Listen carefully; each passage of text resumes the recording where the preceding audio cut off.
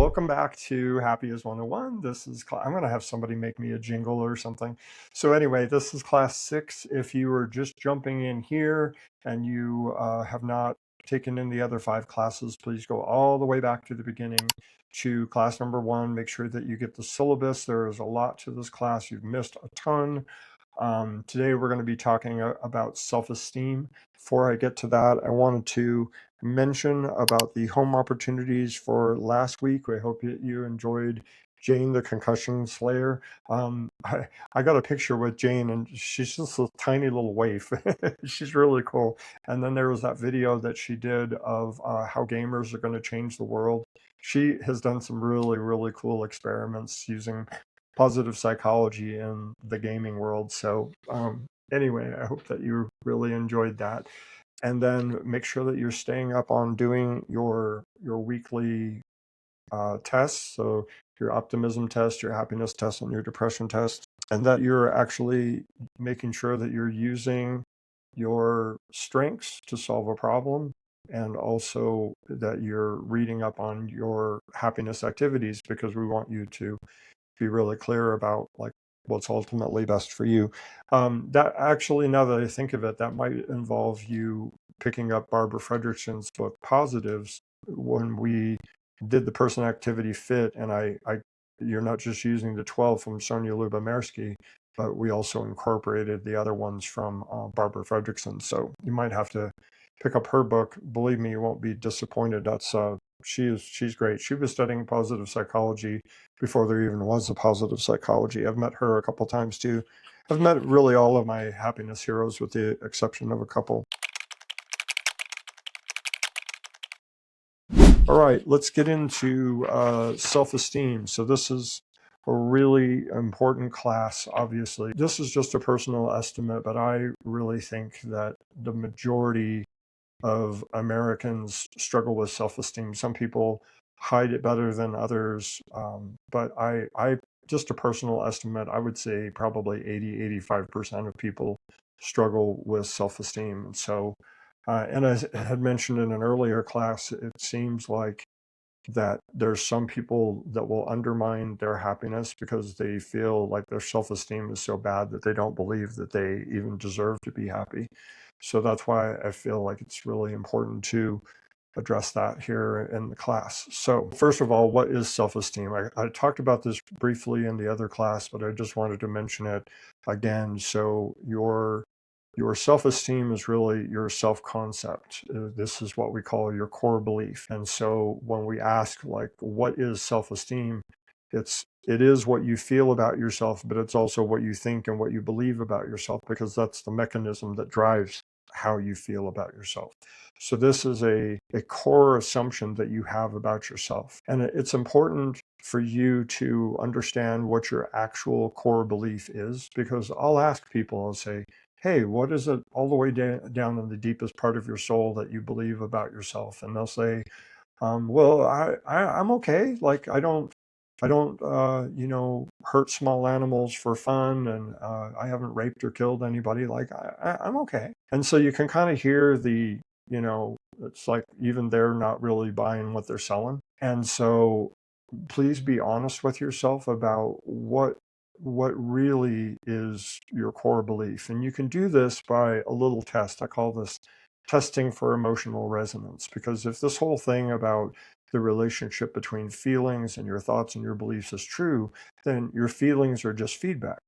So if I were to ask you to say the sentence, I'm an astronaut, and you said, I'm an astronaut, like, your feelings would be like, well, that's ridiculous. Why am I saying I'm an astronaut? Unless you are an astronaut. But why am I saying that I'm an astronaut? That's completely not true. And so your gut will tell you, like, if something feels true to you. And this is a window into us understanding what your belief is.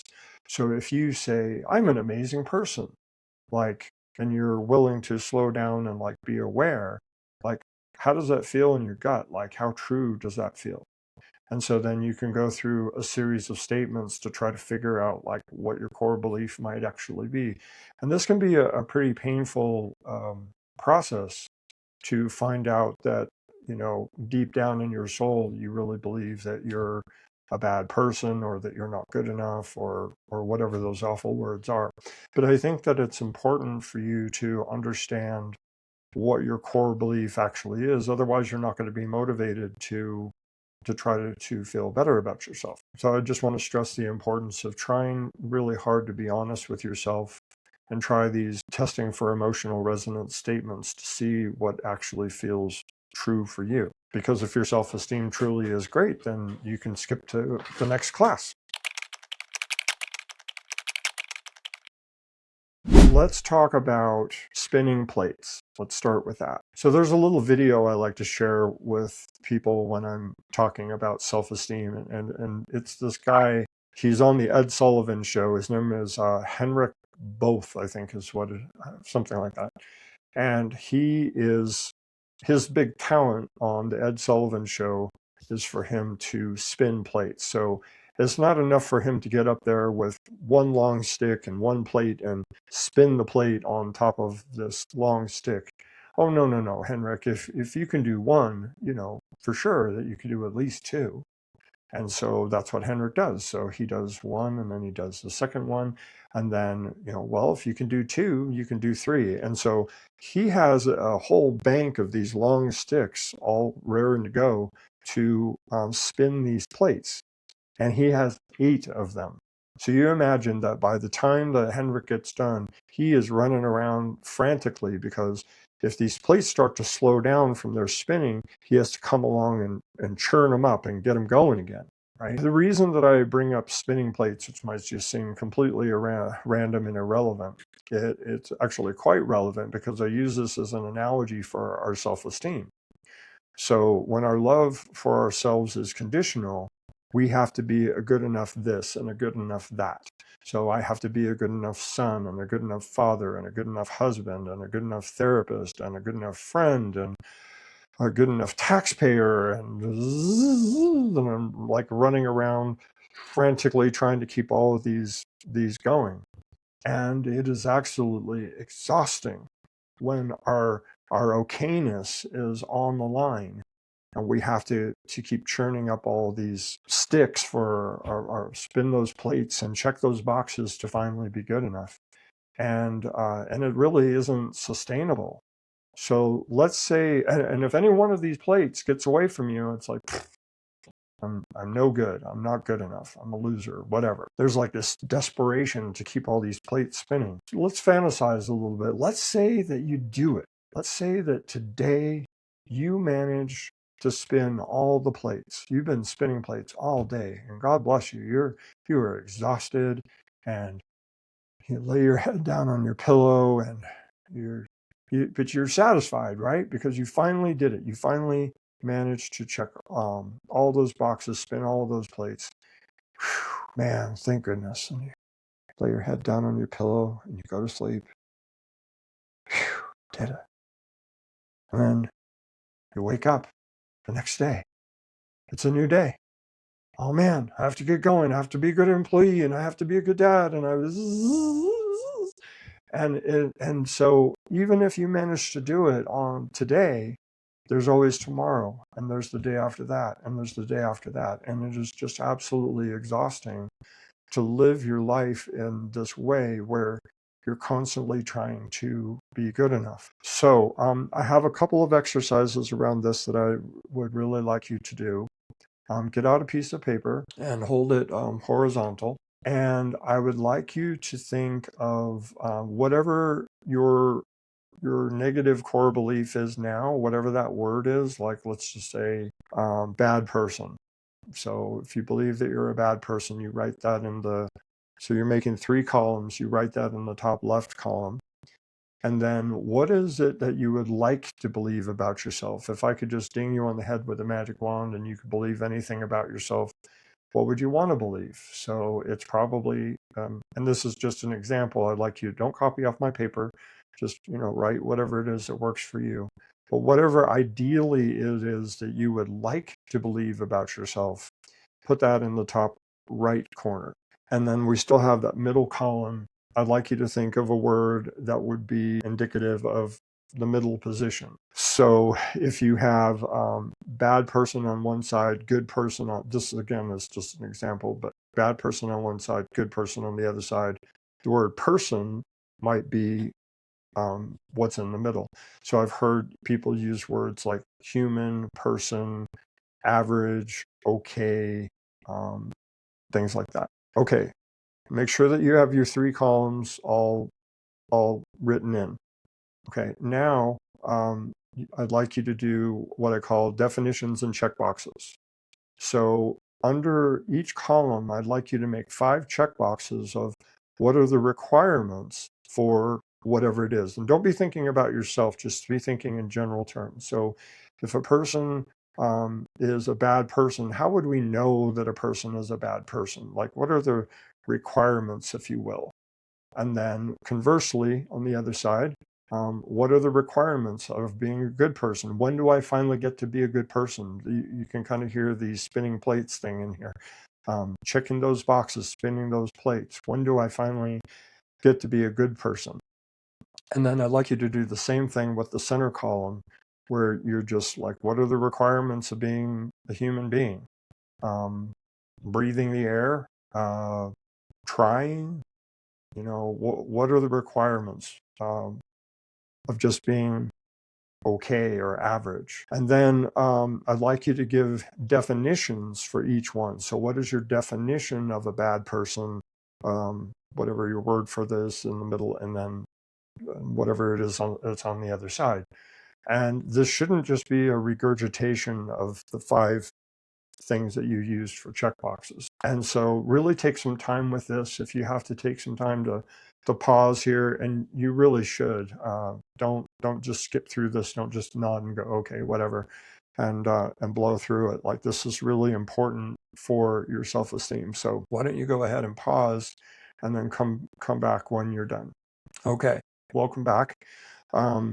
So you should have your 3 columns, your checkboxes and definitions. Now, I'd like you to go back through and please be a fair grader for yourself. So go back through all 3 columns and check the boxes that apply to you.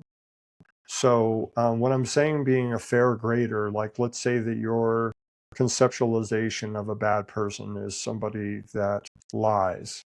And so if you lied one time 5 years ago, don't check that box. Like, that's an exception, not the rule of who you are. So just be fair in your grading. Okay, give you just a minute to check your boxes. As you look at your the 3 columns, how did you do? Did you check all the boxes on the right, or the left, or the middle? Now, if you're like most people and you were fair, you probably checked all or most of the boxes in the middle, and a couple of boxes on either side. That's a pretty standard response. I mean, some people do it differently. So as you look at that, as you look at your results, like, what are your thoughts? What are your feelings about what you've written? Even if you managed to check all the boxes on the right side, did you check any of the boxes on the left side? And if you're like most people, if you did, like, you'll focus in on, like, well, I'm doing all these things right, but I'm doing this one thing wrong, so I'm still not good enough. So the point of the exercise is to get you to be more clear about what is it going to take, according to your current belief system, for you to finally be okay. Well, I don't want to get too far ahead of myself, but I'm going to put a little bookmark in to come back around and talk to you about unconditional love, because this entire system that you just drew out is all based on conditional self-love. You're only okay if you check the boxes, if you spin the plates. And then what if you don't? I want to talk to you about a few different concepts around self-esteem and how potentially you might start to feel better about yourself. So one is her story I just call the sinner. And the sinner was a client that came in to me a long time ago. And this was before I became a Christian. And he had such horrible self-esteem. And I mean, he had self-loathing. He actively hated himself. And so he mentioned during, and I'm thinking, I'm going to probably be seeing this guy for quite a while. I mean, he's got a lot of self-hatred. So he mentioned something toward the end of the first session about being a sinner. And I took note of that. I was like, huh. I said, what does that mean? And he said, oh, well, we're all sinners. And it wasn't soon after that that, he left for the day. So he comes back in for session 2. And I said, you said that you're a sinner. And he laughed again. He said, yeah, but, we're all sinners. I was like, you must be a super sinner, right? You must have done something like really, really bad, like raped somebody or killed somebody or just done something really egregious. And he laughed again and he said, no, nothing like that, I said, well, it just doesn't really make sense. You set yourself apart as, you're saying that everyone is a sinner, but you're setting yourself apart with this significant self-loathing, and yet you haven't done anything like really significant to warrant all this self-hatred. Anyway, so he comes back in for session 3, and I'm expecting him. I'm like, okay, I'm going to recognize him. My guy's coming in, and so he comes in, and my brain did something kind of weird, where I was like, I'm expecting him, but I'm not seeing him, and then I was like, wait, I am seeing him. I'm just pointing out that like he seemed so different that in a kind of a weird way I didn't recognize him. And we weren't even into the inner, so we were still in the waiting room. We weren't even in the inner sanctum yet. And I said, okay, what's going on? And he smiled, and, we went in, and he said, I thought about what you said about being a super sinner. And he's like, I'm not. I haven't done anything like really, really egregious. I am a sinner, but so is everyone else. And so he never came back. He felt so much better. His self-loathing evaporated into thin air, and and he never came back. It was great. And so what I think is super fascinating about this is that um, he conceived that he's not good enough when he came in the door, and he still perceived that he was not good enough when he left. But the difference of it is that he leveled the playing field. So I just think that that's like super interesting. And so that might be one way that you might be able to address your own okayness. I mean, in Christianity, there's basically an acceptance that we're not good enough, because the math is I'm not good enough, therefore I'm not loved. But in Christianity, the acceptance is, well, I'm not good enough, I fall short, and yet I am loved. And so that's starting to kind of knock on the door of the concept of unconditional self-esteem, because can I fall short? Can I not be good enough and still be lovable or acceptable?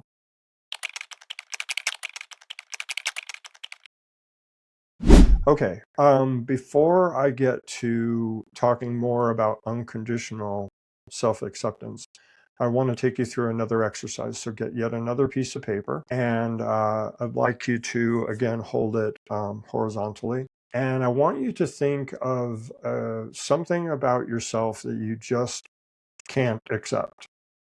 Or it might be something that you just can't accept in other people.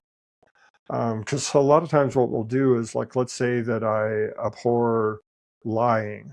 And so I'll try to become the poster child for like never, ever, ever lying. And so what is something that you just, in people, that you just can't accept? It's just no good.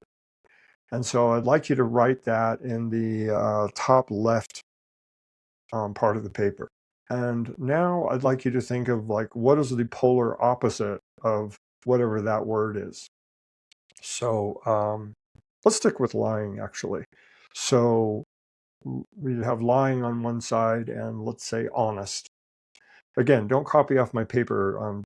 Do whatever it is for you. This is very important, because possibly a part of you that you can't accept, or what we call marginalized. So if we're talking about marginalizing, we're talking about creating a margin. Like, I'm not one of those people, I'm one of these people. And so you create a margin. So identify the thing that you can't accept and its opposite.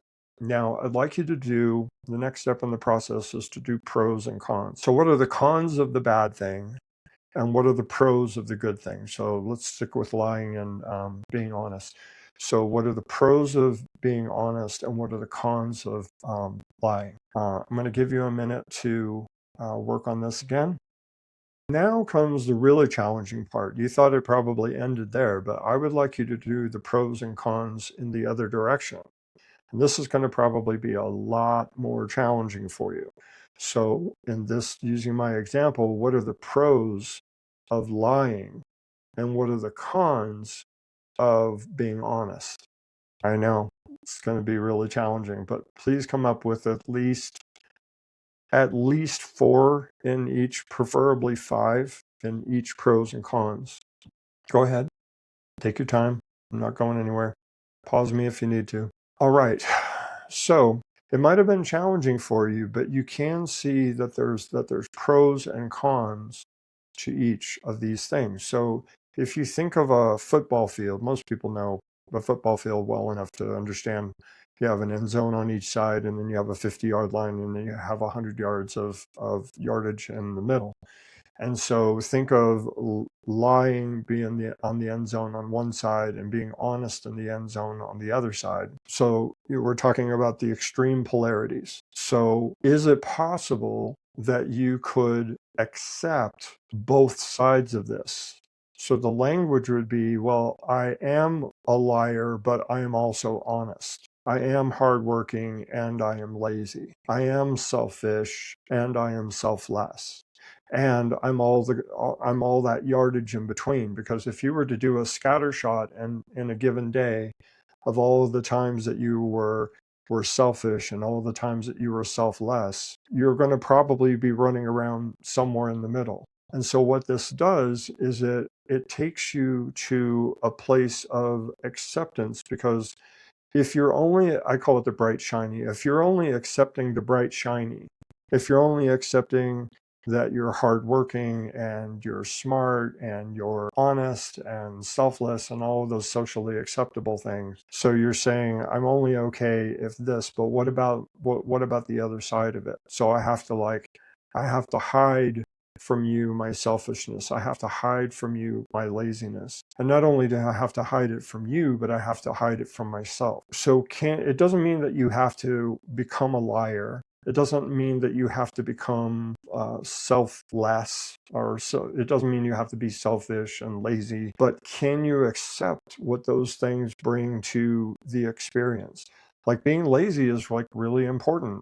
But you need to be able to be, and I've met some people that they can't even sit down and watch a movie. They're up and they're moving all the time. They have to constantly be producing or doing something, because if they sit down for 5 minutes, well, they're being lazy, and lazy means that they're not good enough. So there's, and again, that's an extreme example, but can you accept your laziness and that has a part in your life? Can you accept being selfish? Here's a great example of an important time to be a liar. So I have a really good friend of mine named Michael, and Michael had undergone surgery, and his brain was just like he had a small stroke on the table, and it really messed up his brain, but particularly his short-term memory. So we would go and visit him, and he'd say, "Hey, where's Pop?" You know, his dad. "Where's Pop?" And we'd say, "Oh, he died 15 years ago." And Michael would just burst into tears, just like absolutely in emotional agony, because he just, from his perspective, he just learned that his father died. And then 15 minutes later, he's like, "Hey, where's Pop? You know, are you gonna tell him the truth again and cause your best friend all this emotional agony every single time?" So if I'm so rigid, if I'm like, no, I always need to tell the truth, then my friend is going to have all of this emotional pain just so that I can bear the mantle of being honest. So there might be times to lie. There might be times to be selfish. There might be times to be lazy. And so this is potentially, if you're open to it, is a path of self-acceptance. So if you want to keep the bright shiny, If you want to say, no, I don't ever want to be able to accept all parts of myself, that's okay. That's perfectly fine, as long as you're understanding the price tag that goes along with that. And another thing to take into consideration is your children, assuming that you have children, because our children are watching us. And if we're giving the example that I gave earlier about, like, I can never slow down, I can never rest, I always have to be being productive. Our children are watching, and you might say, no, you're fine, I love you no matter what. But they watch and they listen, and they're little sponges, and they pick up on this stuff. So if you have conditional love for yourself, then they're going to pick up on that, and they'll pick up on those habits. Say, well, I guess I'm not okay if I sit around reading comic books or whatever, that I have to be doing something all the time, and then they'll follow in your footsteps. So just something for you to take into consideration, because that decision may not just affect you, but it might affect those around you. So there is this concept that essentially says we are all things. So going back to our football field, I am selfish and I'm selfless. I am lazy and I am hardworking. I am all of it. And so if you can accept that you're all of it, then a natural byproduct of that is that you're also going to accept other people. You don't have to try. If they lie, then you could be like, oh, like, I get that. I understand that. I accept that in myself, so I can accept that in you. And I've met a lot of people over the years that some absolutely love this as a concept, and some are like, no, I don't want anything to do with that. I want to be harsh on myself. I'm thinking of one guy that he's really afraid that if he just accepts himself, that he'll lose his edge. And I think that there's probably some truth to that, because there's a saying, I think it goes, that a rabbit can outrun a fox because the fox is running for its dinner and the rabbit is running for its life. It's just a different motivation. So like if your okayness, if your self-esteem is on the line, you're like, I have to be perfect, I have to do this perfectly, then yeah, you might very well have an edge, because you're like terrified to not be the best, or to win, or whatever, or to be perfect. So that is a choice. That, if you think that that's what's going to motivate you to get there, then I just want you to be able to make a conscious choice, bring that out into the light of day, and ask yourself, like, does this work for you? So how do you change your core belief? So let's go back to what you have control over. You have control over your thoughts, your beliefs, your behaviors. So let's have you get out yet another piece of paper, and this is what I call the continuum of self-esteem. So I'd like you to have a line that is horizontal and make 11 dots all along the continuum, including the outermost dots. So you have one in the middle, and evenly spaced. And don't get out a ruler. This is not that kind of exercise.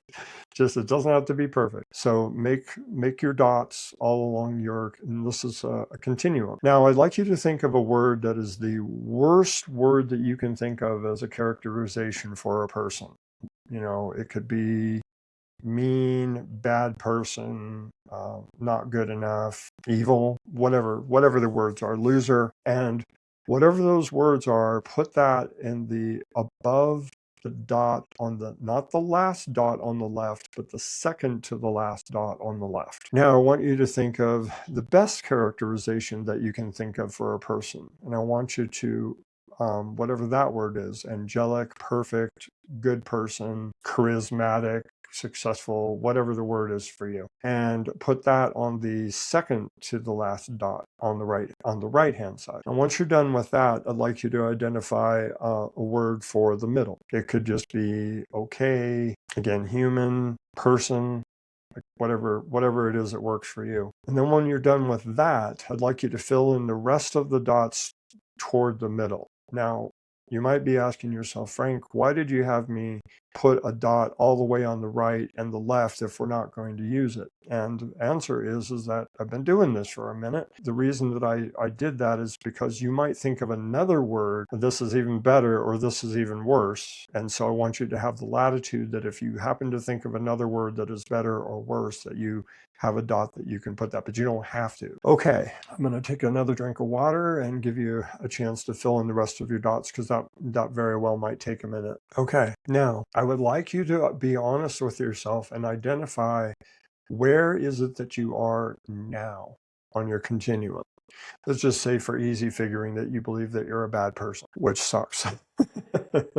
But it's important to be honest with yourself and identify where you really are. Once you've done that, I'd like you to, and you circle it and put the word now. Next, identify where it is that what it is that you want to believe about yourself, and circle that and put the word goal. So for easy figuring, let's say that right now I believe I'm a bad person. What I want to believe is that I'm a good person. Circle and now, circle and goal.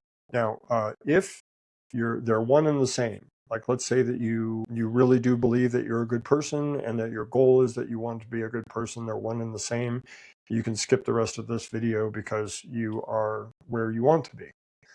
But if you're like most people, you're not. So remember when I had you do testing for emotional resonance? So I'd like you to look at what your goal is, and I'd like you to get quiet and then say the goal out loud. Like, again, I'm a good person. So when I close my eyes, I get quiet and I say I'm a good person out loud. How does that feel? Does that feel true? And really what I'm looking for here is, does it feel like a stretch, or does it feel like a bold-faced lie? So, and the reason that that's important is because if it feels like a bold-faced lie, all the affirmations in the world are not going to change it. It's just too far of a jump. So on the continuum, if I have bad person over here and good person over here, it's just too far of a jump for me to make. And so if that's the case, that's okay. I've got a contingency plan for you. But be honest with yourself. If it is too far for you to jump in one jump, then what you need to do is what I call building a bridge.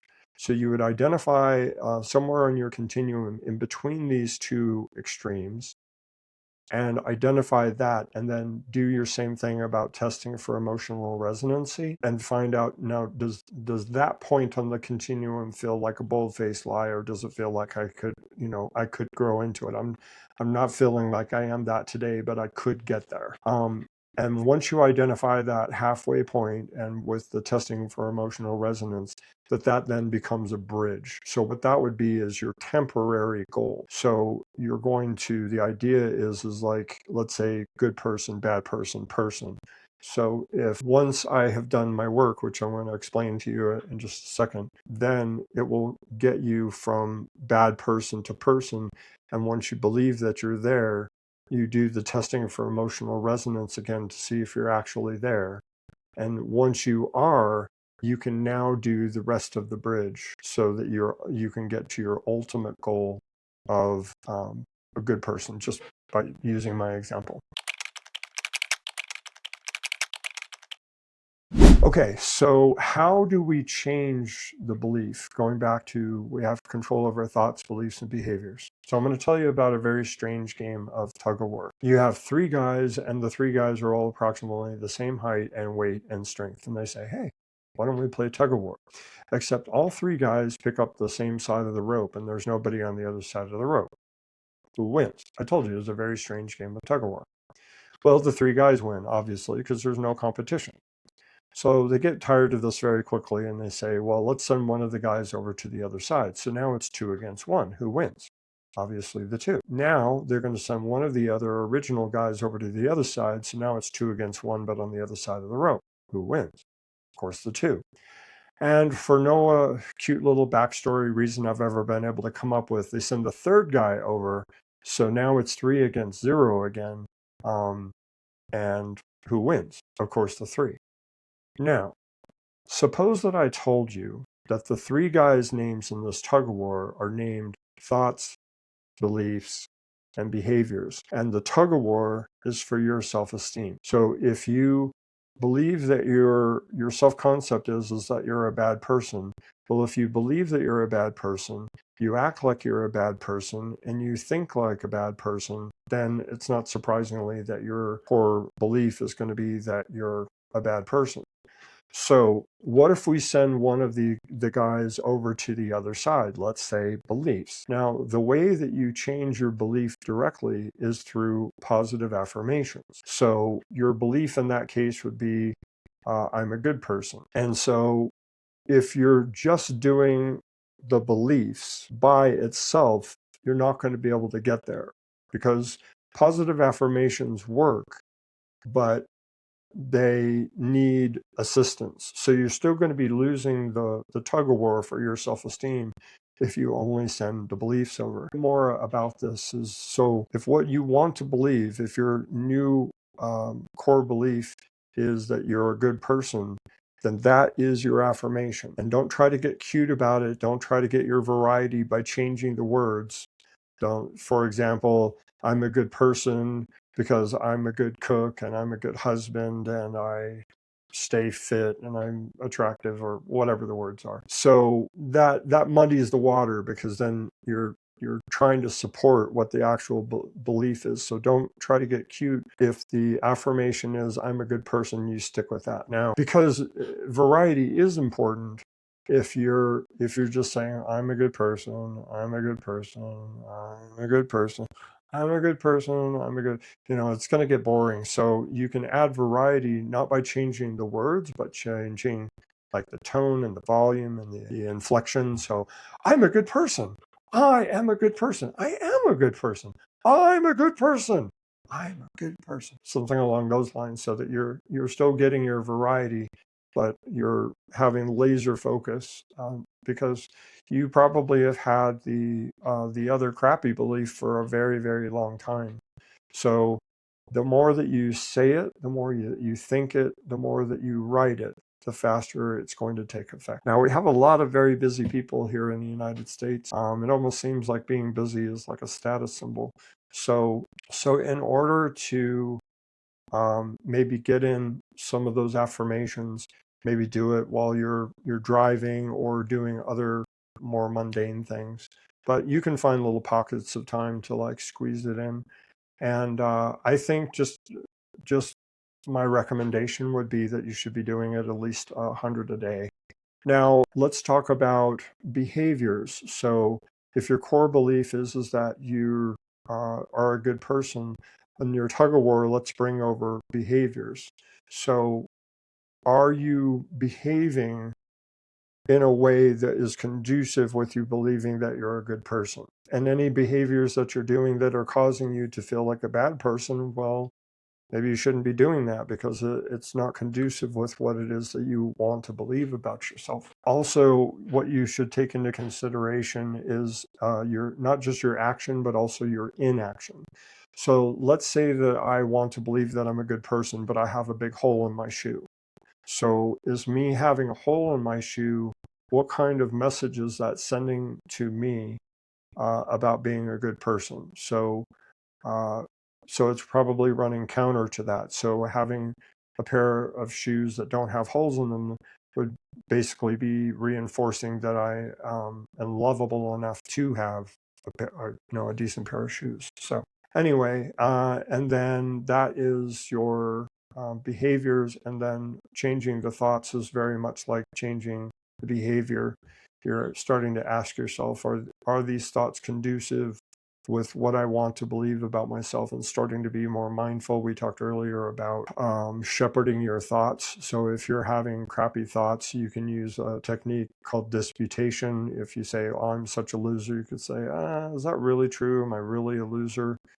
But start to watch start being aware of and watch your thoughts. I want to read a poem to you. I'm not entirely sure I'm pronouncing his name right, but I think it's Lao Tzu. Yeah, Lao Tzu. Okay, it goes like this. Watch your thoughts, for they become your words. Watch your words, for they become your actions. Watch your actions, for they become your habits. Watch your habits, for they become your character. Watch your character, for it becomes your destiny. Every time I read that last part, I think of Darth Vader's like, this is your destiny. Sorry, that was probably really bad. But I'm kind of a ham. That's sort of who I am. So going back to our tug of war, it's incredibly important for you to decide what it is that you want to believe about yourself, and then get your thoughts and your beliefs and your behaviors all lined up behind that, so that it's reinforcing that as a belief, thus reprogramming your core belief. So I sincerely hope that this has been helpful. One final story I forgot to include earlier is about a musician. And I think that this really drives home the point that our people, our parents, usually in our home of origin, will tell us what makes us okay or not okay. So this guy came to see me for therapy, and he tells me he's from this really big family and nobody wants anything to do with him. He's basically been shunned by his family. Nobody likes him in his family. And I'm thinking, what's going on here? That this, he seemed like a nice enough chap. And so he, with a perfectly straight face, he says that I don't play a musical instrument. That's the reason that nobody in his family wanted anything to do with him. They didn't care about how good looking he was. They didn't care about his academic career. They didn't care about how much money he had. In their family, the only thing that mattered was your musical talent. And he just didn't, he wasn't trying to be defiant. He just wasn't interested in playing music. And so he was essentially shunned by the family. And so it just, again, drives home the point that our families are like that starting point of, and more broadly, our society will tell us what makes us okay or not okay. So hope that gives you some food for thought. What messages did you get growing up about what makes you okay or not okay?